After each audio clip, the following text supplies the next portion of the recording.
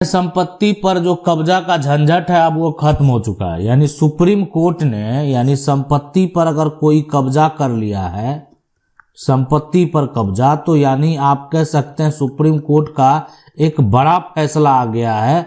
अब ये फैसला जो है यानी अगर आप जानेंगे तो आपके जमीन पर भी, आपके मकान पर भी, यानी कोई भी अगर जो जमीन और मकान पर कब्जा कर लिया है तो अब वो जो है टिकने वाला नहीं है। अब ये जमीन का टुकड़ा है ना, कोई क्या करता है इस पर जाकर जो है कब्जा करके और एक तरह से मकान बनाने का प्रयास करने लगता है। कोई ये जमीन है इस पर कब्जा करके खेती करने लगता है। अब ये कोई ऐसा जमीन है कि इस पर कब्जा करके जो सरकारी भवन है वो बनाने का प्रयास किया जाता है दूसरे की जमीन को। अब वहां पर जो है आप कह सकते हैं सरकारी योजना का जो भी कार्य है इस पर कराने का प्रयास किया जाता है। तो अगर इस तरह का समस्या जो है ना आपको भी है तो अब नहीं होने वाला है। कहे ये जो सुप्रीम कोर्ट का फैसला है वह एक बड़ा फैसला है, आपका एक तरह से प्रॉपर्टी से जुड़ा हुआ फैसला है और ये बीच में विवाद होता है। अब यहाँ पर अमरीश तिवारी के बीच में विवाद होता है यहाँ पर, और यहाँ पर जो है ललिता जो है यहाँ पर ललित प्रसाद दुबे, उसके यहाँ पर जो बीच में विवाद होता है। तो ये विवाद का जो है मुख्य कारण क्या है, सबसे बड़ा ये है कि आखिर इसका मुख्य कारण जो है वो क्या है। हम आपको नया कानून के बारे में भी बताएंगे, आखिर अभी वर्तमान में नया कानून क्या कहता है। लेकिन इस विवाद का जो मुख्य कारण है कि देखें जमीन संपत्ति को गलत तरीके से आकर कब्जा कर लेना। मान लेते हैं कि कोई वर्चस्व वाला है, उसके साथ में बहुत सारे लोग हैं, परिवार में बहुत सारे लोग हैं। अब कोई अकेला व्यक्ति है तो ऐसा तो नहीं अकेला व्यक्ति का कोई भी जाकर जमीन को कब्जा कर लेगा कि वो अकेला है मेरा क्या बिगाड़ पाएगा।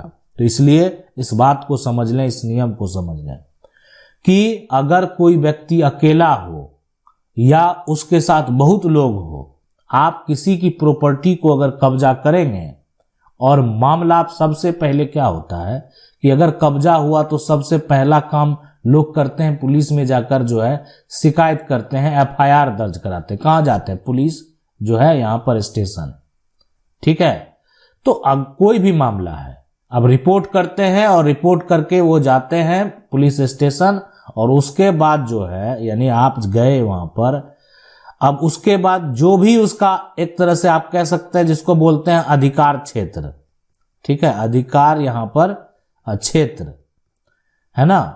तो उसमें उसके जो मजिस्ट्रेट हैं, एसडीएम हैं, उनका क्या काम है कि वो एक तरह से जो उनका अधिकार क्षेत्र है ना उसमें शांति जो है वो भंग अगर होने का संभावना है या अगर ऐसा लगता है कि शांति भंग हो सकता है तो उस पर वो कार्रवाई करते हैं। देखें अगर आपका भी कोई समस्या है तो आप कानून की 99 के कमेंट बॉक्स में जाकर अपना समस्या लिख सकते हैं। अब यहां पर देखें कि ये जो अधिकार क्षेत्र है उसकी अगर बात करें सबसे पहले तो इसमें होता है ना कि अब कार्रवाई किया जाएगा तो धारा 145 के तहत जो है कार्रवाई कर दिया जाता था। पहले जो है सीआरपीसी का जो धारा है 145 के तहत कार्रवाई प्रक्रिया शुरू है। दोनों पार्टी को नोटिस भेज दिया गया कि आइए मुझे जवाब दीजिए, कैसे क्यों ऐसा किए, क्या कारण है, कौन जमीन कब्जा कर लिया। और एक चीज और है यहाँ पर देखा जाता है 1 से 2 महीना पहले कौन जमीन के पोजीशन में था, ये देखना बेहद जरूरी है।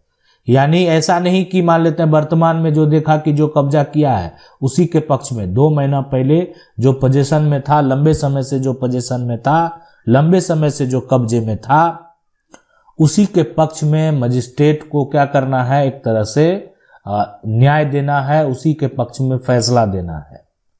यानी नोटिस भेजने के बाद दोनों अपना पक्ष तो रखेंगे लेकिन देखा जाएगा कि यहां पर 2 माह पहले जो है ना, 1 माह पहले जो है ना कौन था कब्जे में, कौन था जो कब्जा में रहेगा, जो कार्यपालक हैं, दंडाधी अधिकारी हैं, उनके द्वारा फैसला दिया जाएगा और फैसला उसी के पक्ष में दिया जाएगा जो पहले से कब्जे में है। मतलब उस घर में, उस मकान में पहले से कौन रह रहा था। अब कहेंगे मालिक कोई और है, अब कोई रह रहा था, हो सकता है वो जबरन रह रहा होगा, तो देखें हर तथ्य को तो देखा ही जाता है।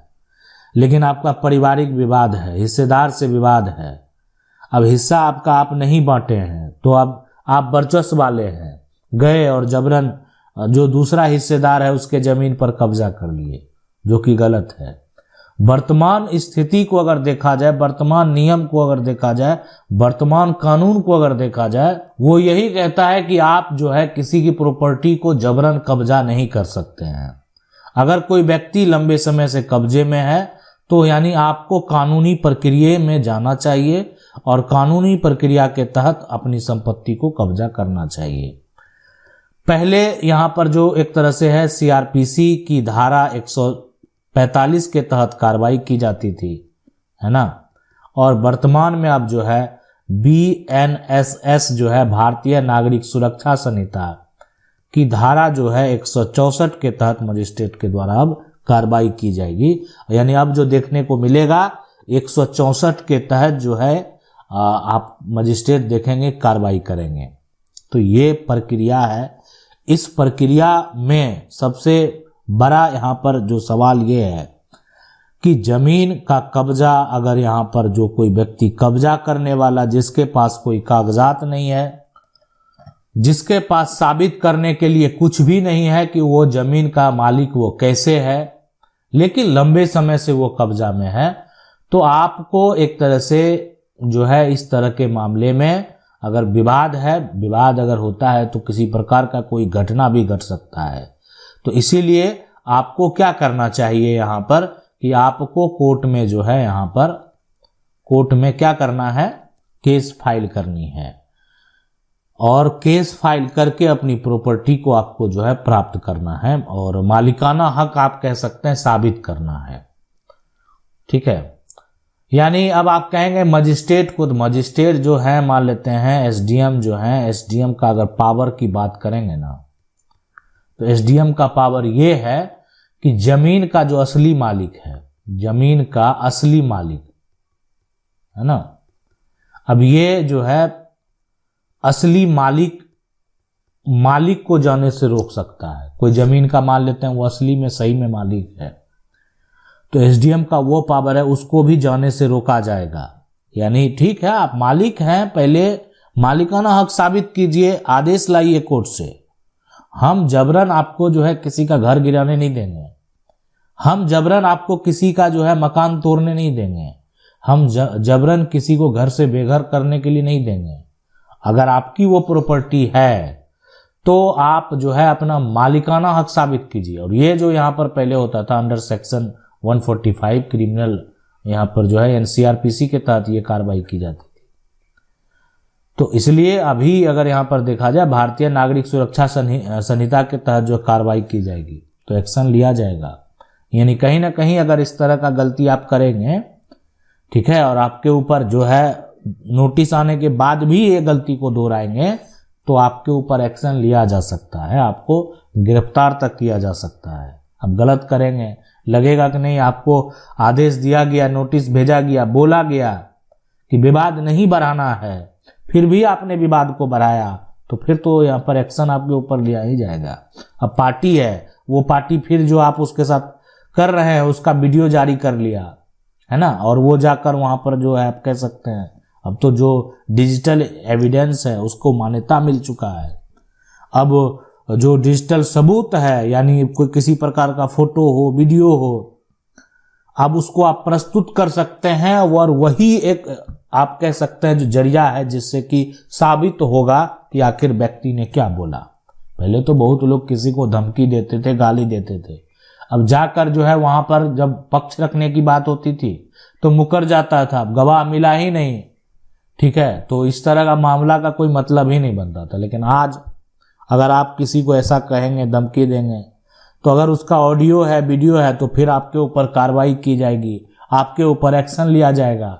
यानी सबूत जो है यहाँ पर अब वही हो गया, गवाह भी वही हो गया कि आपने ये जो वीडियो फुटेज में कहा है वो सही है और उसकी जांच जो है वो आसानी से की जा सकती है कि ये ऐसा कोई तो नहीं बनाया हुआ है, फर्जी है, उसका जांच भी आसानी से किया जा सकता है। अगर वो सही पाया गया तो फिर आपके ऊपर कार्रवाई होगी। तो इसीलिए किसी प्रकार का कोई गलती करने से पहले आपको सोचना है। अगर कानून की 99 के चैनल को पहली बार देख रहे हैं तो सब्सक्राइब करके बेल आइकन जरूर दबा लें। अगर आपके पास भी किसी प्रकार का कोई समस्या है, आप हमें कमेंट बॉक्स में पूछ सकते हैं। मेरा प्रयास रहेगा कि जल्द से जल्द उस टॉपिक को आपके पास लाने का। आशा करते हैं वीडियो अच्छा लगा होगा। अच्छा लगा तो वीडियो को लाइक जरूर कर दें।